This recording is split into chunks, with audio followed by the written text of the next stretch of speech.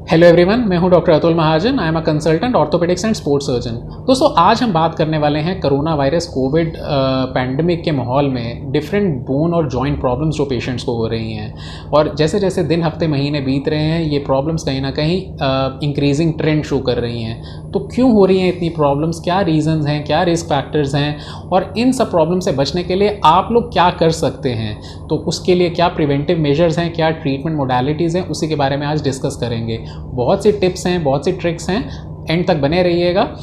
तो चलिए शुरू करते हैं। तो सबसे पहली चीज़ जो कहीं ना कहीं आप सब लोग मुझसे एग्री करेंगे कि जो हमारा प्री कोविड लाइफस्टाइल था और जो आज हमारा लाइफस्टाइल है और जो कहीं ना कहीं पोस्ट कोविड लाइफस्टाइल होने वाला है, इसमें बहुत चेंजेस आ गए हैं। कहीं ना कहीं प्री कोविड इरा में हम लोग बाहर सोशलाइज करते थे, फ्रेंड्स फैमिलीज़ के साथ गेट टुगेदर्स होते थे, मॉल्स जा रहे थे, मार्केट्स घूम रहे थे, जिम जा रहे थे, एक्सरसाइजेज हो रही थी, पार्क्स में जा रहे थे, जॉगिंग हो रही थी। ये सारी की सारी एक्टिविटीज़ आज की डेट में कहीं ना कहीं कर्टेल हो गई हैं, बहुत रिस्ट्रिक्ट हो गई हैं। और जैसे जैसे दिन हफ्ते महीने बीतने वाले हैं, कहीं ना कहीं ये बात भी सच है कि ये एक्टिविटीज़ पहले के जैसे फ्रीली अवेलेबल नहीं होने वाली, कुछ ना कुछ रिस्ट्रिक्शंस रहने वाली हैं आने वाले दौर में। तो इन सब प्रॉब्लम्स, इन सब एक्टिविटी के रिस्ट्रिक्शन से क्या प्रॉब्लम्स हो रही हैं और कौन कौन से लोगों को ज़्यादा दिक्कत हो रही है, उसी के बारे में बात करते हैं। तो कुछ लोग जो घर से काम कर रहे हैं, सबसे पहले तो जो लोग घर से काम कर रहे हैं, वर्क फ्रॉम होम कैटेगरी वाले जो लोग हैं, वो काफ़ी परेशान हो रहे हैं। क्यों परेशान हो रहे हैं? देखिए, जब आप वर्क फ्रॉम होम कर रहे हैं, कहीं ना कहीं टेबल और चेयर का यूज़ ज़्यादा नहीं हो रहा है, आप लोग गलत पोस्चर में अपना काम यूजुअली कर रहे हैं। सोफ़ा यूज़ हो रहा है, बेड के ऊपर बैठ के काम हो रहा है, लेट के काम हो रहा है। और जैसे जैसे टाइम बीत रहा है, कभी आपके वर्किंग आवर्स किसी दिन 10 घंटे है, 12 घंटे है, 15 घंटे हैं, नाइट शिफ्ट्स में काम हो रहा है।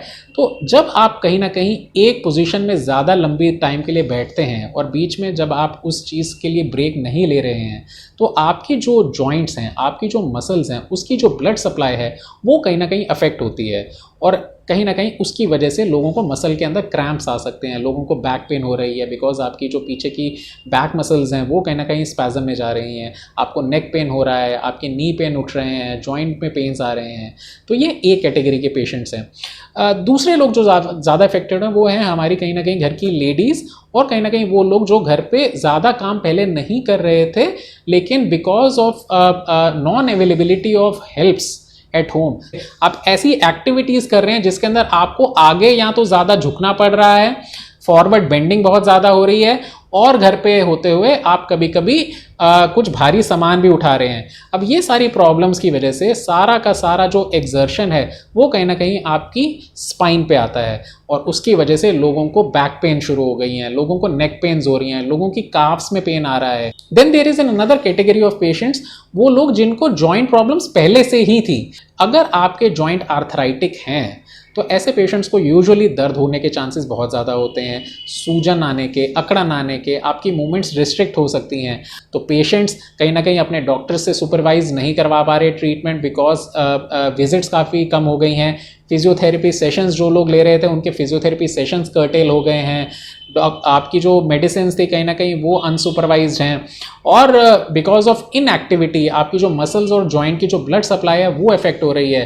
Then there is a category of people जिन लोगों ने कहीं ना कहीं न्यू एक्सरसाइजेज शुरू करी हैं। Because of the lockdown you are trying to take advantage of the lockdown. कहीं ना कहीं आपने कुछ नया योगा शुरू किया है, कुछ नई एक्सरसाइजेज शुरू करी हैं, अपनी रूटीन में शुरू करे हैं, लेकिन आप अनसुपरवाइज्ड कर रहे हैं। कैसे कर रहे हैं? कहीं ना कहीं वीडियोस देख रहे हैं, आप अपने सोशल मीडिया के थ्रू, आपको कोई अपने फ्रेंड सर्कल में किसी ने बता दिया कि इस तरह से एक्सरसाइजेज कीजिए, लेकिन वो अनसुपरवाइज्ड है, अनट्रेंड है, और उसकी वजह से कहीं ना कहीं आपकी मसल्स कहीं ना कहीं क्रैम्प्स पड़ सकते हैं मसल्स के अंदर, या मसल के अंदर स्ट्रेन आ सकता है।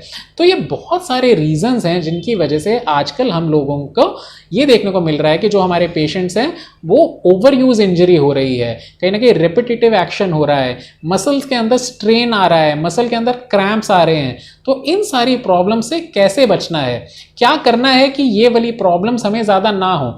तो देखिए, इसका जो ट्रीटमेंट है या इसकी जो प्रिवेंशन है, कहीं ना कहीं 4 पिलर्स पे खड़ी है। तो क्या है ये 4 पिलर्स? तो देखिए, जो सबसे पहली चीज है जो फोकस करने की बात है वो ये है कि आपको अपना पोस्चर ठीक रखना है। देखिए, अगर आप घर से काम कर रहे हैं, अगर आप प्रोलॉन्ग सिटिंग है, तो आप मेक श्योर करिए कि 30-40 मिनट की सिटिंग के बाद आप घर पे जस्ट एक 5-10 मिनट का एक हल्का सा एक वॉक लेंगे, एक स्ट्रोल लेंगे।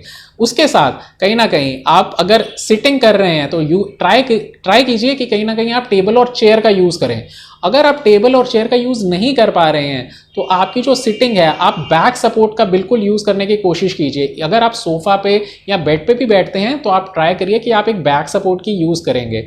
अगर आपका काम लैपटॉप पे बहुत ज्यादा है तो मेक श्योर कीजिए कि जो आपका लैपटॉप का जो लेवल है वो कहीं ना कहीं आई लेवल पे होना चाहिए। तो इसको आप थोड़ा सा नीचे 2 बुक्स लगा के या थोड़ा सा एक टेबल स्टैंड लगा के आप उसको एलिवेटेड रखेंगे।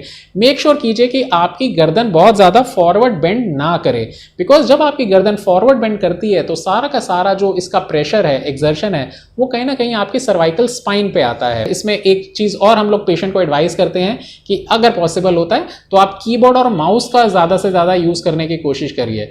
The second important thing that is very important is आपका फिजिकल एक्टिविटी। तो आपको फिजिकली एक्टिव रहना है, बिकॉज अगर आप फिजिकली एक्टिव नहीं रहेंगे तो आपकी जो मसल्स हैं, आपकी जो जॉइंट्स हैं, वो कहीं ना कहीं डिसयूज में चले जाएंगे और उसकी वजह से उनके अंदर स्टिफनेस और पेन आनी शुरू हो जाएगी। WHO गाइडलाइंस के हिसाब से कहीं ना कहीं एक नॉर्मल एडल्ट को कहीं ना कहीं दिन में 30 मिनट्स की वॉक और एक चिल्ड्रन में ये 60 मिनट्स की कहीं ना कहीं एक्टिविटी लेवल उन्होंने एडवाइस किया है। तो आप घर पे एक्टिव रहिए। अगर आपका थोड़ा सा बाहर जाने का माहौल है, घर के आसपास इतनी ज़्यादा रिस्ट्रिक्शंस नहीं है, आप अनक्राउडेड एरिया में वॉक के लिए जा सकते हैं। अगर आप घर में हैं तो आप ट्राई कीजिए अपना टेरेस यूज़ कीजिए या बालकनी यूज़ कीजिए एंड ट्राई करिए कि आप हर 2 घंटे में कम से कम 10-15 मिनट की वॉक कर पाएं। उसके साथ आप कहीं ना कहीं अपनी रूटीन के अंदर कुछ स्ट्रेचिंग एक्सरसाइजेस करने की कोशिश कीजिए। देखिए, ये जो टाइम है, ये टाइम कहीं ना कहीं मसल बिल्डिंग का नहीं है। आपको मसल पावर गेन नहीं करनी है। आपको कहाँ पे फोकस करना है कि कहीं ना कहीं आपकी जो एक्सरसाइजेस हैं वो स्ट्रेचेस ज़्यादा होने चाहिए, आपकी बॉडी फ्लेक्सिबल ज़्यादा रहे, लचीली ज़्यादा रहे, ना कि आपको इस टाइम मसल बल्क बढ़ाना है। ऑफ कोर्स ऐसी एक्टिविटीज़ जो हाई इंटेंसिटी होती हैं, जैसे कि रिपीटेटिव स्टेयर क्लाइंबिंग हो गई, आप लंजेस कर रहे हैं या इस तरह के डीप स्क्वाट्स कर रहे हैं, तो प्रेफरेबली ये चीज़ें अवॉइड करिए, बिकॉज ये चीज़ें कहीं ना कहीं जॉइंट पेन्स को एग्रीवेट कर सकती हैं। आर्थराइटिक पेशेंट्स के अंदर थोड़ा सा एक्टिव रहना ज़रूरी है ताकि आपकी जो जॉइंट मूवमेंट्स हैं वो सफल रहेंगी, जो जॉइंट हैं वो सफल रहेंगे, आप मूवमेंट्स कर पाएंगे।